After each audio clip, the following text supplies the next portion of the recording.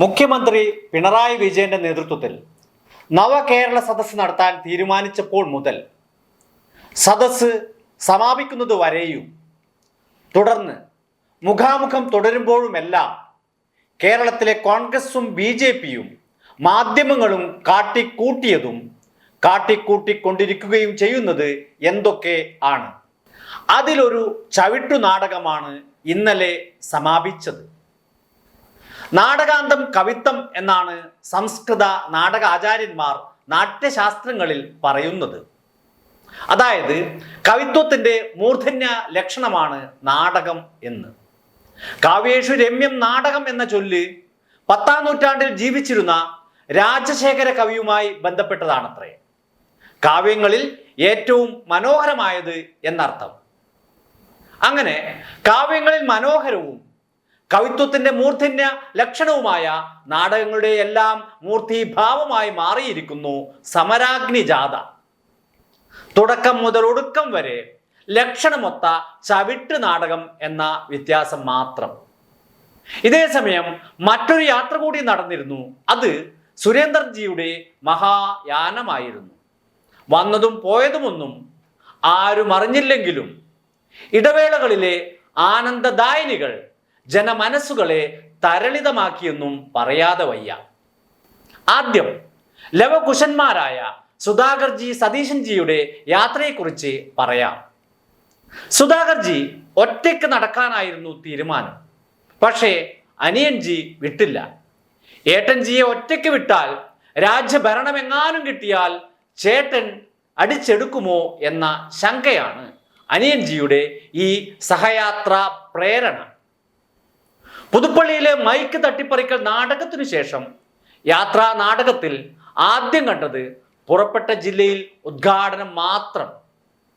അടുത്ത ജില്ലയിൽ 2 സ്വീകരണം. ആ സ്വീകരണ സ്ഥലത്ത് എത്തും വരെ സ്വന്തം വാഹനങ്ങളിൽ. അവിടെ എത്തുമ്പോൾ മാത്രം അലങ്കരിച്ച യാത്രാവാഹനത്തിൽ കയറിയുള്ള നാടകം. ഇടയ്ക്ക് കുറച്ചു ദിവസം അവധി. ഇങ്ങനെ ഉന്തിയും തള്ളിയും ആലപ്പുഴയിലെത്തിയപ്പോഴേക്കും മൈ ഡിയർ വിളിയായി, പിണക്കമായി, തമ്മിലടിയായി. പത്തനംതിട്ടയിലെത്തിയപ്പോഴോ സിറ്റിംഗ് MP, സഹ MP കൂടിയായ KPCC അധ്യക്ഷന്റെ പേരിന് പകരം അഭിസംബോധന ചെയ്തത് BJP അധ്യക്ഷ മഹോദയത്തിന്റെ പേര്. ഏറ്റവും ഒടുവിൽ ഇന്നലെ സമാപനവും അതിഗംഭീരമാക്കി. ആളൊഴിഞ്ഞ കസേര നോക്കി സുധാകര സിംഗം ഗർജിക്കുന്നതിന് പകരം വിലാപ കാവ്യം തീർത്തു. അതിങ്ങനെ: നമ്മൾ വലിയ കെട്ടിഘോഷിച്ചിട്ട് വലിയ സമ്മേളനങ്ങൾ നടത്തും. ആ സമ്മേളനങ്ങളിൽ 2 ആള് പ്രസംഗിച്ച് കഴിയുമ്പോഴത്തേക്ക് ആള് പോകാൻ തുടങ്ങും. നേരത്തെ ഈ കസേരയെല്ലാം കാലിയാ. എന്തിനാ ഇത്രയും വലിയൊരു പൊതുയോഗം, ഇത്ര വലിയ ലക്ഷക്കണക്കിന് ഉറുപ്പിക ചെലവഴിച്ചിട്ട് ഒരു പൊതുയോഗം സംഘടിപ്പിച്ചിട്ട് അത് കേൾക്കാൻ നിങ്ങൾക്ക് മനസ്സില്ലെങ്കിൽ പിന്നെ എന്തിന് നിങ്ങൾ വരുന്നു? ഇതൊരു പാർട്ടിയല്ലേ. ഇതിനു വേണ്ടി ഒരുപാട് ത്യാഗം സഹിച്ചിട്ടല്ലേ ഞങ്ങൾ ഇതൊക്കെ നടത്തിയിരിക്കുന്നത്. സമരാഗ്നി എന്ന് പറയുന്ന ഈ ജാഥ കേരളത്തിന്റെ രാഷ്ട്രീയ ചരിത്രത്തിൽ ആദ്യത്തേതാണെന്ന് ഓർമ്മ വേണം. അതിന് അതിൻ്റെതായ രാഷ്ട്രീയ പ്രാധാന്യമുണ്ട്, അതിന് അതിൻ്റെതായ രാഷ്ട്രീയ ഇമ്പാക്റ്റ് ഉണ്ട്, അതിന് അതിൻ്റെതായ രാഷ്ട്രീയ ഗുണമുണ്ട്, അതിന് അതിൻ്റെതായ രാഷ്ട്രീയ സാഹചര്യമുണ്ട്. ഇതെല്ലാം കണ്ട് മനസ്സിലായിട്ടും ഇവിടെ ഇത്തിരി നേരം ഇരുന്ന് ഇതൊന്ന് കേട്ടാൽ ഈ ഭൂമിയിൽ എന്തെങ്കിലും സംഭവിക്കുമോ? ഇറങ്ങി അങ്ങനെ അങ്ങ് പോയതാണ്. നിങ്ങളെങ്കിലും വരും മേലിൽ ഇങ്ങനെ എന്തെങ്കിലും പരിപാടിക്ക് പോയാൽ, ഇപ്പൊ പോയി അവർ കേൾക്കുന്നില്ലല്ലോ ഞാൻ പറയുന്നത്. നിങ്ങളോട് ഞാൻ പറയുന്നു, അവരെ വെച്ച് അവരെ കാട്ടി നിങ്ങളെങ്കിലും മേലിൽ ഇനി ഇതുപോലെ സമ്മേളനത്തിന് പോയാൽ പ്രസംഗം അവസാനിക്കുന്നത് വരെ നിങ്ങൾ പോകരുത്, ഇവിടെ ഇരിക്കണം എന്ന് ഞാൻ സ്നേഹപുരസരം എൻ്റെ പ്രവർത്തകരോട് ഞാൻ ആവശ്യപ്പെടുകയാണ്. പ്രസിഡന്റിന് ഒരു വിഷമം വന്നു പെട്ടെന്ന് പോയപ്പോൾ. പക്ഷേ പ്രസിഡന്റ് 3 മണിക്ക് കൊടും ചൂടിൽ വന്ന പാവപ്പെട്ട പ്രവർത്തകരാണ് ഇവിടെയുള്ളത്. പിന്നെ കോൺഗ്രസിനൊരു വലിയ ഗാലക്സി ഓഫ് ലീഡർഷിപ്പ് ഉണ്ട്.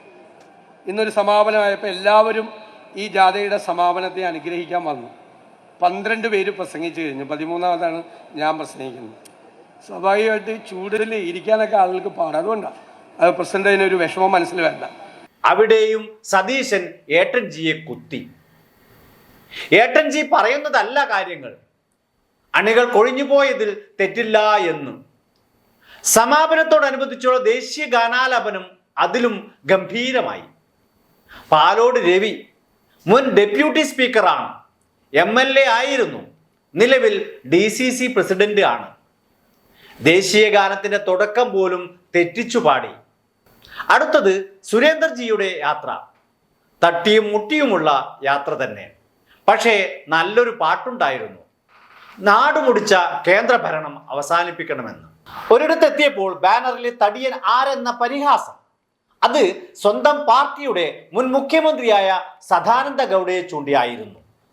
ഇത്തരുണത്തിൽ കേരള രാഷ്ട്രീയ ചരിത്രത്തിൽ അടയാളപ്പെടുത്തേണ്ടുന്ന 2 ജാഥകൾ. പക്ഷേ നമ്മുടെ മാധ്യമങ്ങൾ എന്തു ചെയ്തു? ഇന്നലത്തെ സമാപന പരിപാടിയുടെ വാർത്ത മാത്രം എടുക്കാം.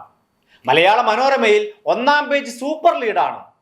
സമരാഗ്നിക്ക് ഉജ്ജ്വല സമാപനമെന്ന്. സമാപനം ഉജ്ജ്വലമായിരുന്നോ അതോ പരിഹാസ്യമായിരുന്നോ? നവമാധ്യമങ്ങൾ നിറഞ്ഞാടുന്ന ഈ കാലത്ത് എങ്ങനെയാണ് ഇങ്ങനെ കള്ളം എഴുതിവിടാൻ പറ്റുന്നത്? കാവ്യഭൂമി എടുക്കാം. സമരാഗ്നിക്ക് സമാപനം 2020 പ്രഖ്യാപിച്ച് കോൺഗ്രസ് എന്ന്, അതായത് 20-ൽ 20 സീറ്റുമെന്ന്. 2 പത്രങ്ങൾക്കും അവിടെ നടന്ന യഥാർത്ഥ സംഭവങ്ങളെക്കുറിച്ച് എഴുതാൻ കഴിയാത്ത വിധം നട്ടെല്ല് പണയം വെച്ചിരിക്കുന്നു. അതേസമയം മുഖ്യമന്ത്രി നയിച്ച നവകേരള സദസ്സിനെ കുറിച്ച് എന്തെല്ലാം തട്ടിവിട്ടു.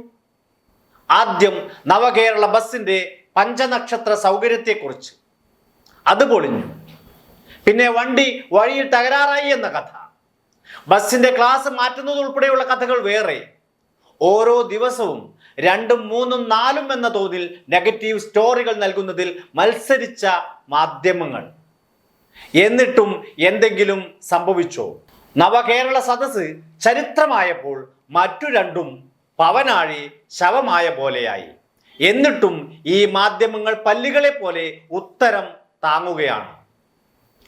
കോൺഗ്രസ് ജാഥ പക്ഷേ ഒരു കാര്യത്തിൽ വൻ വിജയമാണെന്ന് കരുതേണ്ടിയിരിക്കുന്നു. അത് പണപ്പിരിവാണ്.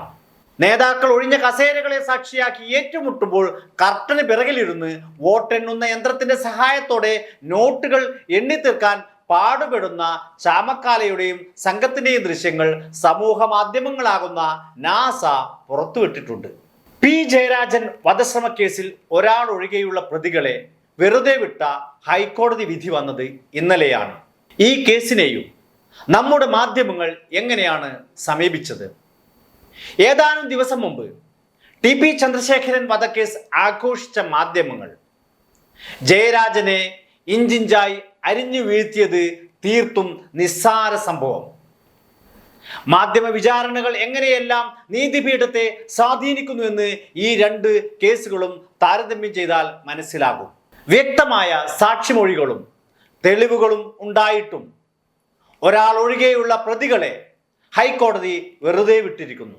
രാഷ്ട്രീയ എതിരാളികളുടെ കള്ളസാക്ഷ്യങ്ങൾ പോലും മുഖവിലക്കെടുത്ത് അപ്പീൽ കോടതി ശിക്ഷിക്കുമ്പോഴാണ് ജയരാജനും ഭാര്യയും നേരിൽ കണ്ട പ്രതികൾക്ക് നിയമത്തിന്റെ പഴുതുപയോഗിച്ച് പഴുത് രക്ഷാകവചമാക്കിയുള്ള കോടതി വിധി.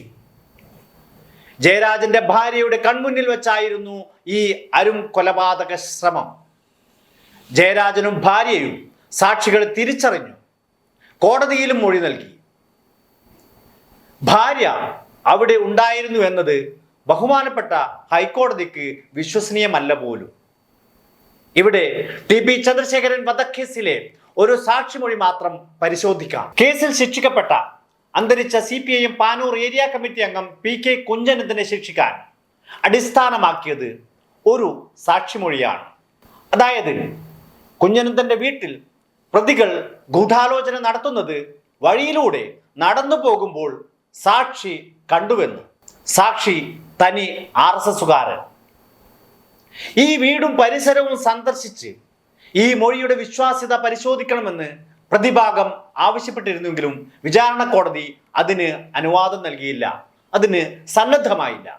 തിരുവഞ്ചൂരിന്റെ പോലീസിന്റെ തിരക്കഥ മാധ്യമ പിന്തുണയോടെ അരങ്ങു തകർത്തു. ആ സാക്ഷിമൊഴി ഹൈക്കോടതിയുടെ മറ്റൊരു ബെഞ്ചിനും സ്വീകാര്യമായി. പക്ഷേ സ്വന്തം കൺമുന്നിൽ കണ്ടതും സ്വയം അനുഭവിച്ചതുമായ രണ്ടുപേരുടെ മൊഴികൾ അതേ ഹൈക്കോടതിയുടെ മറ്റൊരു ബെഞ്ചിന് അസ്വീകാരമായിരിക്കുന്നു.